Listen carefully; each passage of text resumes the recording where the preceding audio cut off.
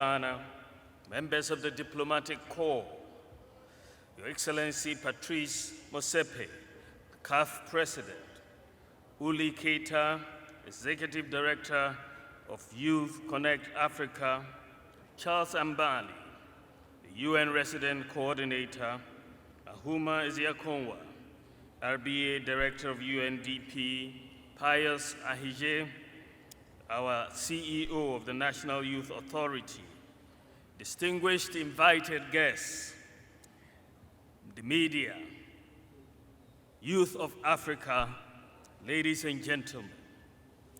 It is an honor and a privilege to deliver these remarks on behalf of my President, His Excellency Nana Addo Dankwa Akufo-Addo, who, for other pressing reasons, has been unable to be here, but it's very much following what is going on here. I welcome you all to Accra for the 2021 YouthConnekt Africa Summit. Ghana is delighted to play host to the rest of Africa for this important conversation. I regret that at this last minute, the respected African statesman, His Excellency President Paul Kagame of Rwanda, was unable to join us here. Hopefully next time he will make it. I am grateful that the organizers decided to make me part of this year's events and for selecting a theme which is relevant to our contemporary situation, befitting of the YouthConnekt Africa Summit, a theme which sums up the current essence of African aspirations. Africa beyond aid, repositioning the youth for the post-COVID economy and AFCFTA opportunities. The world, particularly Africa, has the largest generation of young people in history. I place great hope in their capacity to shape the future of Africa and make Africa the lion she was meant to be. The Asian tigers, South Korea, Japan, Singapore, and Malaysia are where they are today because of the systematic investments they made in the development of their human capital.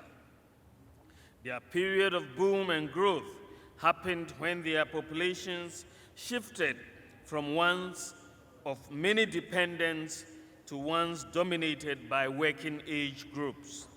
And this is where Africa is today. We should not fail to realize that we are at the brink of a breakthrough. Having said that, I must obviously add that the population opportunity will not automatically guarantee us a future of growth and prosperity. Demographic dividends do not come automatically. They have to be earned. With over 40% of Africa's working population between the ages of 15 and 24, Africa is the youngest continent in the world. This represents a staggering amount of human capital. And according to the African Economic Outlook, this number is set to double in 2045. Yet too many of our young people are trapped in poverty, with few opportunities to learn or earn a decent living. According to the World Bank, the youth accounts for 60% of all of Africa's unemployed. For those that manage to find work, they do not do so in a place that pays a good wage or develops their skills or provides a measure of job security. No one needs to tell us that mass unemployment in Africa, especially amongst her youth, is a ticking time bomb. The so-called Arab Spring showed clearly that the lack of employment opportunities can undermine social cohesion and political stability. With between 10 and 12 million youth joining the labor force every year, Africa has to pay maximum attention to job creation. Ahmad Salkida, a Nigerian journalist who has had rare access to Boko Haram, the jihadist group operating in Nigeria, has said that although the sect is driven by ideology, pervasive unemployment in northern Nigeria makes predictably for easy recruitment of jobless young people. A World Bank survey in 2011 showed that 40% of those who join rebel movements say they are motivated by lack of jobs. Young people are willing to risk everything to improve their circumstances.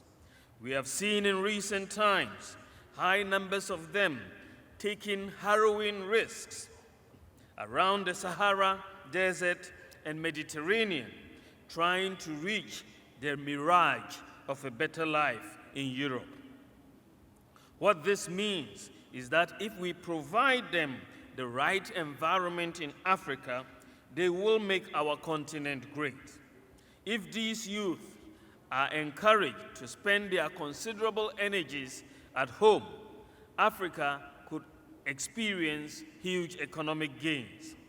As we work to rid ourselves of COVID-19, there are evident steps that can help African countries achieve the demographic dividend and realize the vast potential of our youth present.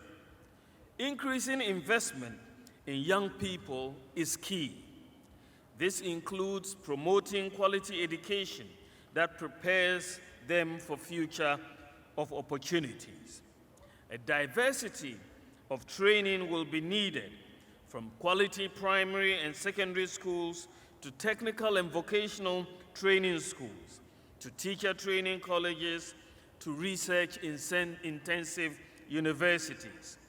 For young people to be able to exploit the economic opportunities that abound in Africa, they must have the skills and training necessary to take advantage of them. In doing this, Africa must fashion an education policy that is also gender sensitive, for women are a slight majority of the African population. The 21st century is the century of science and technology. The mastery of digital technology by African youth must be a compelling challenge for them if indeed they are to survive in this competitive technological environment. They have to survive. The Costa Rican example should serve as an inspiration for Africa. Costa Rica moved from being a banana exporting country to a net exporter of microprocessor chips that earns them billions of dollars, in contrast to a few $1 million from the export of bananas. Technology is what helps once poor people to become prosperous and to scale up the value of their economic activities. And we don't only have to look at Costa Rica when we come into technology, because there's so much also happening in Africa, and we can learn from other African countries who have taken the lead in certain aspects. When we came into office in 2017, and I just want to share with you 4 examples of areas of technology and the application of technology that we have used in Ghana to improve the lives of the people and the youth. When we came in, we did not have national ID cards, identity for our population. We've introduced digital biometric national ID cards for our population. We did not have an address system. You had to direct people generally, especially for most inner cities and the villages. You'll go by this tree and turn right, or this plantain seller and turn left. But we decided that we needed to resolve the address problem by using GPS technology.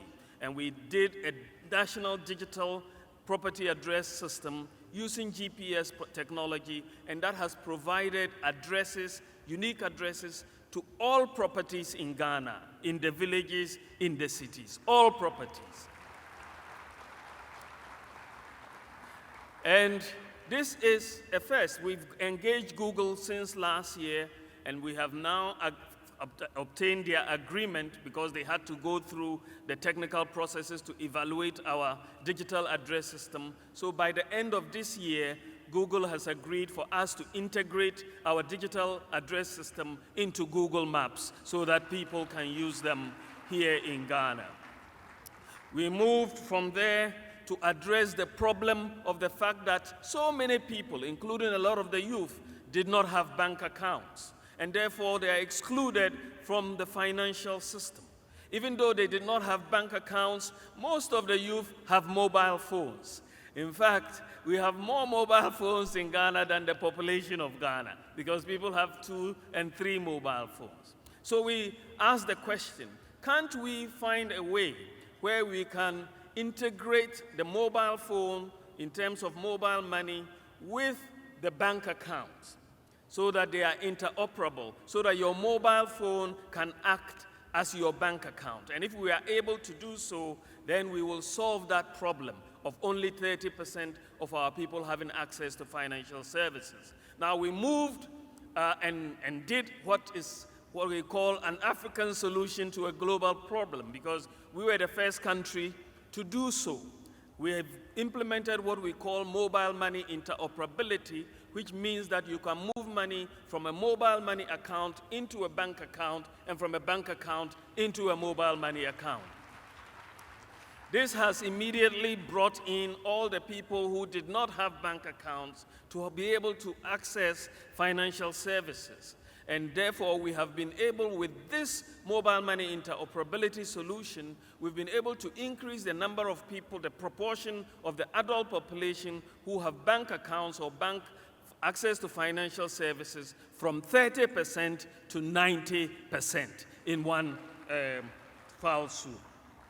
We've also, another area of technology, we looked at Rwanda. Rwanda was using drones for the delivery of medical services. We brought Zipline to Ghana, and we are also using drones to deliver blood, to deliver vaccines, to deliver very important medicines to very remote areas where you cannot have easy access. So if you have, one doctor in a village was telling me that there was a time where a woman was giving birth and she needed blood urgently. It was 3 a.m. in the morning, and they made that call, and the drone delivered the blood and saved the woman's life. And that is really what we are trying to do with the drone technology. Today, Ghana is the largest medical drone delivery place in the world, the largest.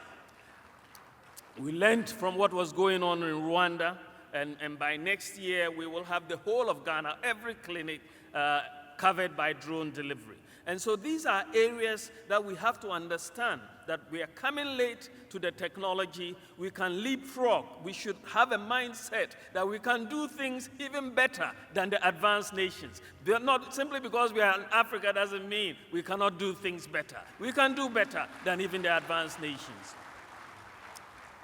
So there's a critical need to involve young people in the decisions that affect them. We cannot talk about sustainable development without the active involvement of the youth. Former United Nations Secretary General Ban Ki-moon argues that when we give young people decent jobs, political weight, negotiating muscle, and real influence in our world, they will create a brighter future. Hence, Africa cannot talk about shaping the future without talking about the welfare and well-being of young people. It is important that Africa takes these ideas forward to harness the value of a youthful population, holding human rights, gender equality, development of human capital, and dignity at the center of our investments. Only by providing opportunities that open the future to all young people do we create a brighter future. My speech has been my speech has many of the makings of a dream, but it is a dream that is grounded in reality. I do not accept that the African has a DNA that dooms us to failure. Africans can, like all other peoples that have succeeded, make life meaningful and worth living for their own people. We must cultivate an irrepressible desire to do right by the citizen. There is an abundance of dynamic entrepreneurial talent on our continent, struggling to express itself and take advantage of such conditions. We have to encourage this expression with full force and ensure that we can stand on our own feet and make it impossible for the systematic looting and plundering of our human and material resources that have characterized our history to continue. This is the significance of a concept of Ghana beyond aid, and indeed of Africa beyond aid.